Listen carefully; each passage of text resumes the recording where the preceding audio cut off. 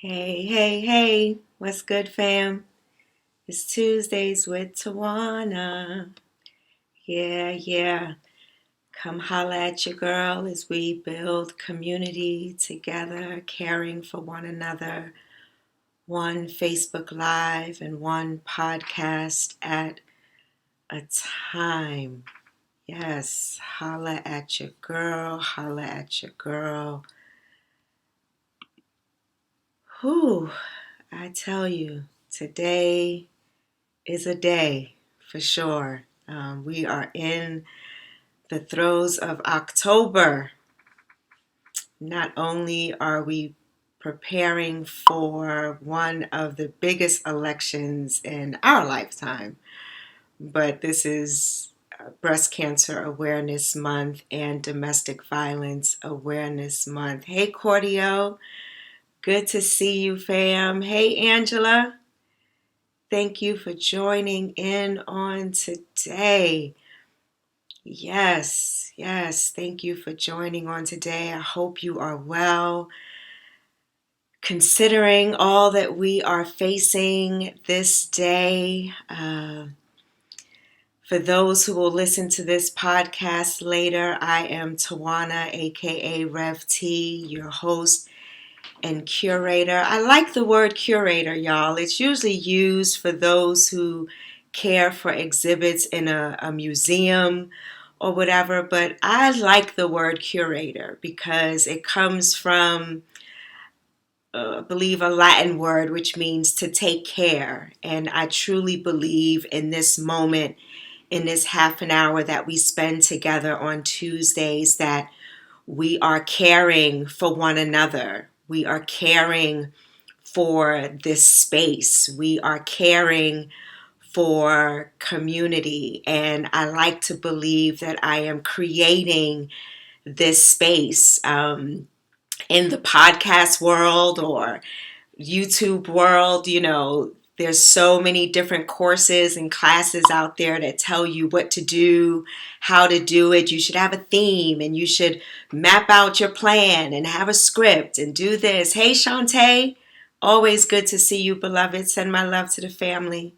You should do this and do that. And that's just not what we about here with Tuesdays with Tawana. We go with what is happening, how spirit is moving, and how people show up on the feed. And yes, there is somewhat of an overarching agenda, but who knows how the conversation will emerge, right? Hey, brother. My brother Larry is on. I always feel so good when he pops on. That's my brother, like my blood brother, y'all. For sure, for sure. My big brother. So, I like to consider myself a curator, taking care of this space. We are curators in this, taking care of one another and creating a healing space one moment at a time. So, as it is Breast Cancer Awareness Month and Domestic Violence Awareness Month, I am just going to spend a few quick moments on breast cancer awareness, and then we're going to dive into some domestic violence awareness. Anytime the term or the word or the plight or the situation of domestic violence comes up, it might be uneasy or uncomfortable, or it might send some triggers for those who are survivors. It might be painful for those who are in the throes of a domestic violence relationship. Hey, Mama Lovey. Good morning. Thank you for joining on today. So today I will do my best to be very intentional to create a healing space and to offer to you at the close some resources. And you can always hit me up in my inbox if you have any private questions or concerns or anything. Just holla at your girl, because we are in this together. What's up, Tony? Good to see you. Listen, Tony, pop in the chat because I didn't get a chance to make a slide for it. Please forgive me.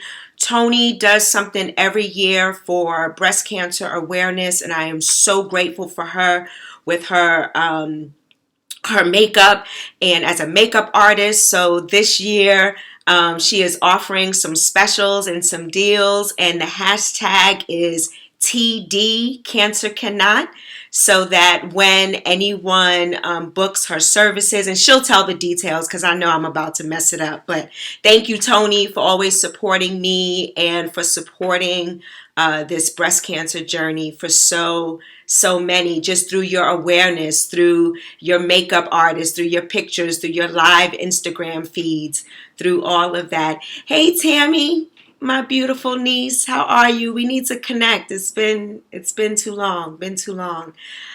So first things first, I do want to show some resources for breast cancer awareness, specifically for Black women. On the screen, you will find an organization called Carrie's Touch.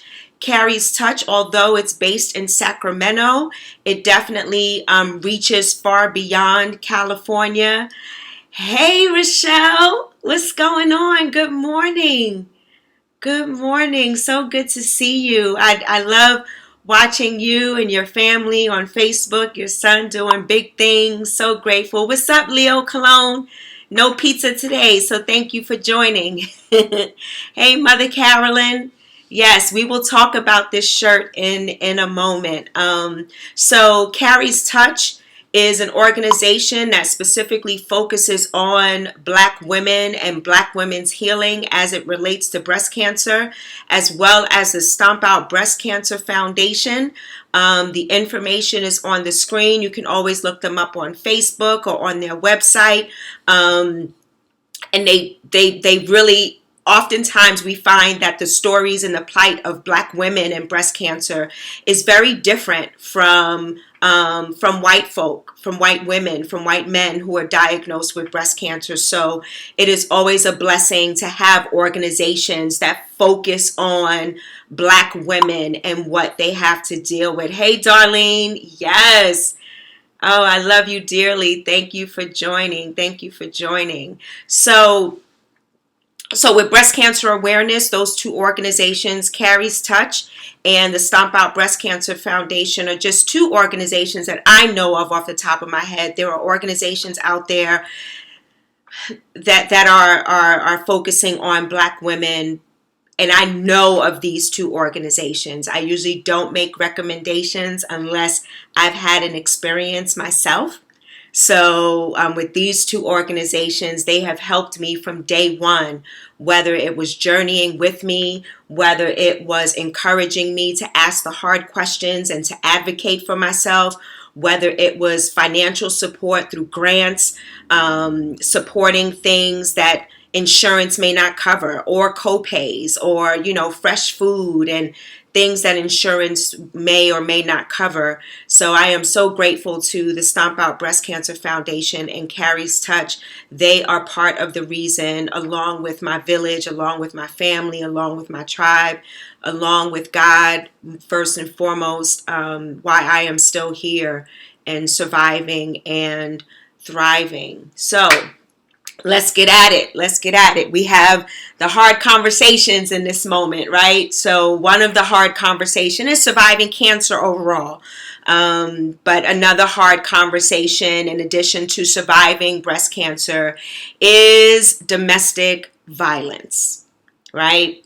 So we don't hear a lot about it. We don't see sports teams sporting the purple ribbon. And it's so appropriate that Darlene is on. Beloved, listen, I met Darlene at a domestic violence event, met her personally. I knew of her and her activism in Denver. But she says, thank you for talking about both as a survivor and of DV and rape. Awareness is the key. Yes, Darlene tells her story, and I am so grateful. Valerie Jackson, the good doctor, Reverend Dr. Valerie Jackson, is in the building. Yes, reach out to me, beloved. Please reach out to me. So when we talk about domestic violence, it's often in silos, it's often behind the scenes, it's not necessarily in public. I mean, we have organizations like No More, we have organizations like the National Domestic Violence Hotline, and I will post that information later as well. But if someone were to come to any one of us on any given day and say that they are in a domestic violence relationship, what do we do? Is calling the police an option these days?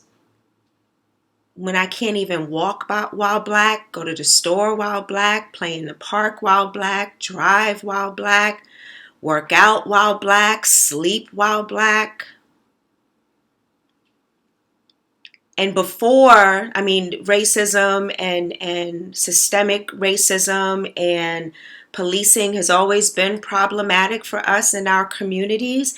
And it was further problematic because police don't necessarily know how to handle domestic violence situations. For instance, it takes 7 times for a woman, on an average, this is not scripted because everybody's situation is different, right? It takes 7 times for a woman to leave. And in the midst of those 7 times, that means she is leaving, he or she, but I'm going to say she.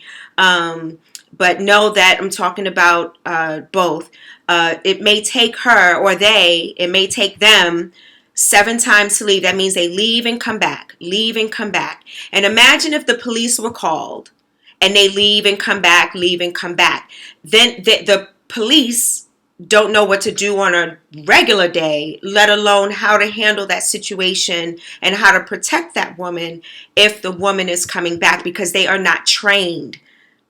They are not trained to protect the woman once she leaves. And oftentimes a person will end up coming back due to fear. Because if that person is physically abusive, financially abusive, sexually abusive, spiritually abusive, emotionally abusive, and they have a handle, and that power and control is what this abuse is about. It's not being strong and a good fighter or a good manipulator. It has a lot to do with that as well, but it's really about the power and control. So when that person leaves, where do they go to regain some semblance of hope and power and strength and just the bare necessities that their partner has all control over, whether it's they pay the mortgage, they buy the food, the spouse doesn't have to work, so there are a lack of skills to just go out and get an apartment and get a job, and then to go out and get an apartment and get a job where you are safe. So that may mean you have to move out of the city or the state, and then you have to be careful with what you post, and you can't be on social media, or you shouldn't be on. I mean, the list goes on and on and on. So when we say to folk, well, I would just leave, it's not that simple, beloved. Oh, that wouldn't be me, because is that really helpful? Is that really helpful for the person who is actually stronger than you think? Because in the midst of their domestic violence relationship, they are fighting for their lives every single day, for their lives, for the lives of their children, for the lives of their family. Shantae says emotional and mental abuse is the worst. I used to think it could never be me.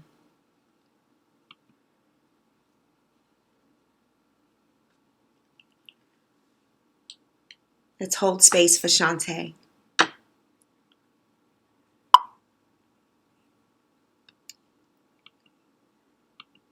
Yeah. Yeah. And there are ups and downs, because that's why they call it a domestic violence cycle, right? because it's that wonderful honeymoon phase. I'm sorry, I love you, and things are great. And then some tension, something occurs, and there's some tension that happens, and then the violence begins to ensue, and then the violence happens, and then it's the I'm sorry, okay, forgive me, I'm never going to do it again, I'm going to get help. And then we just keep going around and around and around. Valerie, I love you too. Hey, Bobby. And it's a cycle, but that cycle in that circle is a whole bunch of squiggly lines, right? It's not this beautiful circle of events that, we in pastoral care or some mode of counseling where, you act and then you reflect and then you act, and it's all pretty and packaged up in a nice little box, right? This is not pretty. It's not wrapped up nicely. I wish there were 10 steps to get out of a domestic violence relationship. I wish there was a methodology to say, if you do this, then this will happen and this will happen and you will be okay. But everybody's situation, just like cancer, is different. There are overarching themes, there are overarching commonalities, but everyone's situation is different and everyone deserves honor and some active listening and being present. If you don't know what to say, don't say anything. Just be present for that person who is going through. Darlene said, I was controlled for 10 years, emotional, mental, and physical. We didn't call the police back when I was going through it because DV was considered a civil matter. Police still feel that it's a civil matter, even with laws in place. So true. And this is spoken from a survivor, a true survivor, telling her story. And let me note this also. When we talk about stronger than you think, right? So it's not the type of strength that we're talking about where I can bench press 300 pounds, which I can't, but say if I could. We're not talking about the type of strength where that trope of the strong black woman. We're not talking about that type of strength. We're talking about a type of strength that you survive by any means necessary. The type of strength that may cause you to cry in order to release, to then be filled with some sort of restoration, some sort of encouragement. Reaching out to folk takes a modicum of strength, right? To tell your story, because it's quite embarrassing at times. It's full of shame and guilt, especially when people say, what did you do to make them so mad? What did you do to put yourself in this situation? And then re-victimizing the victim. So then what does the victim do? The victim goes silent and then suffers in silence. And then oftentimes we find that the abuser is very charismatic. So in the community, they're painted as this wonderful person who goes to work, who takes care of their family, who, whatever is painted, this beautiful picture is painted. And then behind closed doors, when no one is looking, they are abusive. So when we talk about domestic violence and domestic violence awareness, it's important that we use any small opportunity that we can, even just to, if you are working in an off, well, we're all like working from home and stuff, but under different circumstances, or even in these circumstances, you can post something on your social media. Just post the domestic violence hotline. You can have some material at a community center. They are, some community centers that are open, practicing, safe practices and physical distancing and stuff like that. You can, when you do get back into your buildings, whether it's work or places of worship, you can just have pamphlets out. Have a number in the bulletin. Make sure that your job in October is not only wearing pink, but doing something for domestic violence awareness and sharing resources. And you might get turned down the first time, maybe even the second time, but that doesn't stop you from doing what you can do to help save a life. Just by sharing information, just by talking about it, it releases the shame. The shame comes in when it's hidden, right? Hey, my sister, Christina. Let's see what Christina has to say. Christina said, thank you so much for always sharing your truth and being bold and strong enough to be transparent. You've helped so many women by just using your voice. Thank you, Christina. And I receive that. I'm so grateful. And I have an opportunity. I am the few who can speak out, like Darlene. There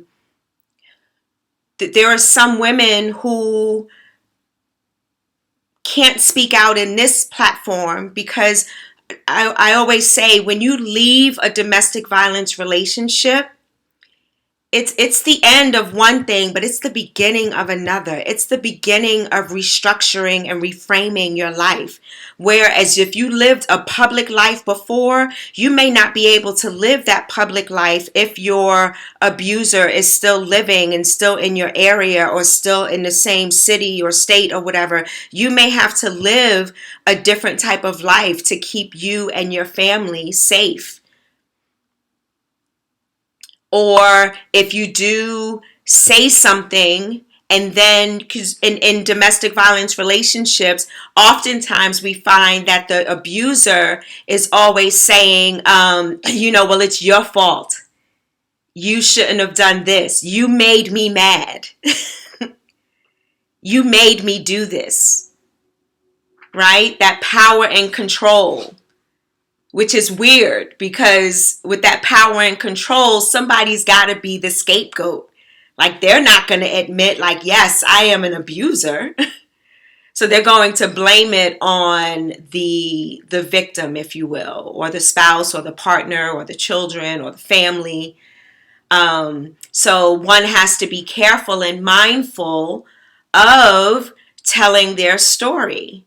And I remember the first time I told my story publicly, and Christina rolled with me in seminary when I had to go through my safety plan. And we'll talk about that in the next session, next week, about a safety plan, and had to get my safety plan together. And I was further victimized by the court officers. I was further victimized by the judge. Mother Carolyn is online. She'll tell you, further victimized by everybody. And yet I had to just be strong and have faith in God that I can get through this and that it will work out for me, because I am going to trust God in the midst of the process. The process sometimes fails us, oftentimes fails us, especially as Black women. If the system is not working for us now, when I can't even sleep while Black, imagine what the system is doing to us when we come and we are in need of help.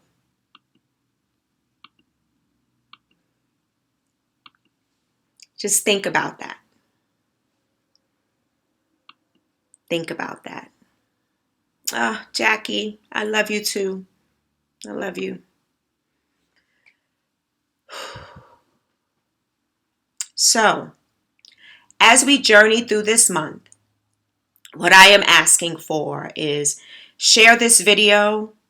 It may enlighten someone. It may save a life.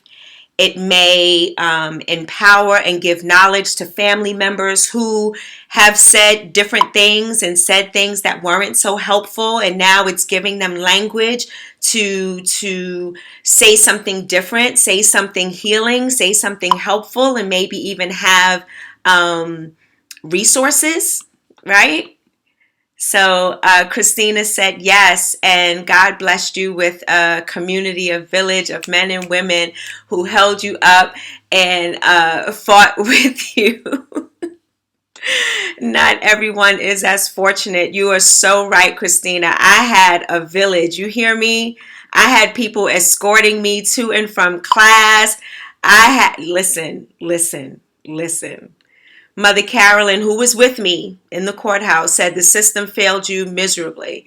Thank God your faith carried you. Absolutely. It was really my faith, just like my faith carries me now through my domestic violence. Yes, Tanisha, sending love to all warriors and survivors, because we are stronger sometimes than we think. You know, being in a domestic violence relationship doesn't make you weak or stupid or foolish. You are divine. You are worthy. You are enough. You are brilliant. You are beautiful. You can get through this. Trusting in God to work the process. Because when we trust in the process, we're trusting in human beings that have their own thoughts and their own shit that they're dealing with. And then they'll take it out on you. So we got to look beyond that and be able to use these things to our advantage and make it work for us. Right? We got to make it work for us. So I look forward to journeying with you. This is a little different for me. I usually do like a post, but this just was a little deeper for me, where we can have dialogue and share together. Hey Dale, bless you. Oh, thank you, Tony. You are beautiful. Christina, you are beautiful. Amanda, you are beautiful. Yes, Mother Carolyn, you are beautiful. Thank you for journeying with me. Jackie, my pink sister, you are beautiful. Beautiful and worthy and worth it and full of dignity. Darlene, you are beautiful and powerful and strong and amazing. Valerie, you are a warrior. You are amazing. Bobby, you are ride or die. You are amazing. You are a beautiful black man. Shantae, we gonna get through this, sis. The community and village got you. Rochelle Lewis Castine, I always got to call you by your government name. You are beautiful. You are wonderful. You are magic. Leo Cologne, pastor extraordinaire, preacher extraordinaire, delivering pizza, calling me out for delivering pizza to the wrong place every time he gets. I love it. Tamika, you are beautiful. You are amazing. You are brilliant. Mama Lovey, you are Mama Bear. You are divine. You are beautiful. Brother Larry, you are amazing black man. Keep doing and being who you are. Angela, my pink sister, you are beautiful. Courtney, you are amazing and beautiful and amazing mother and just warrior. Yes. Let's go. Let's do this.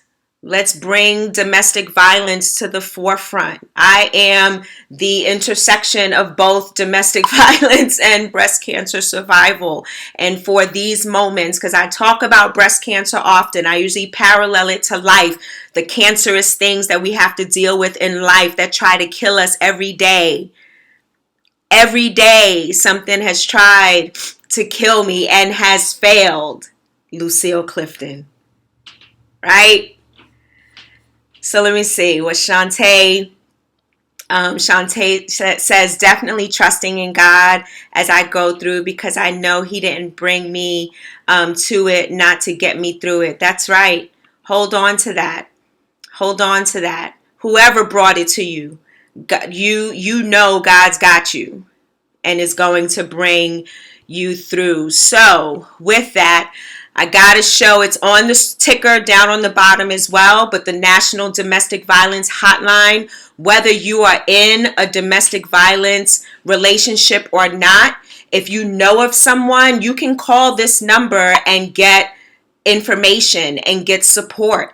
So the National Domestic Violence Hotline is 1-800-799-SAFE, or you can go to the hotline.org. And again, it's not just for It's not just for those who are in domestic violence relationships. It's those who want information. What's the nearest shelter? What do you do when you know your friend or your family member is a victim or in a domestic violence relationship? How can I help? Do you have resources that I can bring to my job or bring to this community event or bring to my place of worship or whatever? And we need to start doing this year round and changing the narrative of just talking about it in October, because women are dying daily. Daily. I'll leave you with this. There was a person who worked at a job, and this job was pretty close knit. So her partner knew of where she worked, knew her family. They dated for quite some time and found out that she was in a domestic violence relationship. And the friend didn't know what to do and neither did the person in the domestic violence relationship, because come to find out, the partner had slowly isolated her. So he knew where she worked, he knew where her mama lived, where her children went to school, just knew everything. So what do you do when you have nowhere to go? When you believe that you have nowhere to go? This is when you call that hotline. There are experts that can help you and start naming some ways to impart wisdom and to get that person out safely with a safety plan. So that's how deep this goes, where things are very meticulous and worked. They work through it. This manipulation runs deep. So she had nowhere to go because he isolated her from her friends. And if she left and went to her family, he would then go to her family's house. And you don't want to put your family or friends in danger. So sometimes we got to be stronger than we know. Sometimes to stay until we can get a safety plan together, which might mean picking up and leaving with your children. And then you got to think about your family being left behind. Are they then further going to be challenged by this person or hurt by this person or at worst killed by this person? It's real. So beloveds, I invite you this month to hold space for those who are in quarantine with their abusers. Hold space for them. Listen, pay attention to the scars. Pay attention to the inflection of their voice that may change, or some fear and trembling that may appear in conversations, on Zoom calls. Just pay attention. Be aware. I'm not asking that you be, heightened and add anxiety into this situation, but just pay attention. Be in prayer. Be in prayer, invite God, invite Spirit into these places and spaces to give us the words to say and to give us the countenance to present, to hold space for these people. And if I'm in position to help, then let's help. But if I'm not in position to help, I don't want to further hurt, but I will reach out to the hotline.org or domestic violence and really talk about what can be done to help. So with that, Christina said, yes, I'll pray for them consistently during this pandemic. Timothy says they use the tactic of fear and manipulation in the minds of the victim and the surrounding people. Absolutely. Shantae says that's the hardest part, protecting family and self from the unknown. Thank you. Needed this. Bless you, Shantae. And Mother Carolyn said, holding space for those being victimized. I need to name that and say these comments because I need you to know, whoever might be listening to this, like Shantae, who just needs to know that we love you and we're holding space for you. This is Tuesdays with Tawana. I love my village. I love my tribe. Thank you for rocking with me. Thank you for joining me. Don't forget to look at the comments. I'm going to post these numbers and stuff in the comments. Don't forget to check out Tanisha and her initiative for breast cancer awareness. Much love to you all. Continue to hold space for our beloveds. And just know we're going to redefine what stronger is. And thank you, brother, for the shirt. My brother Larry, I love you dearly. I'm out. Later.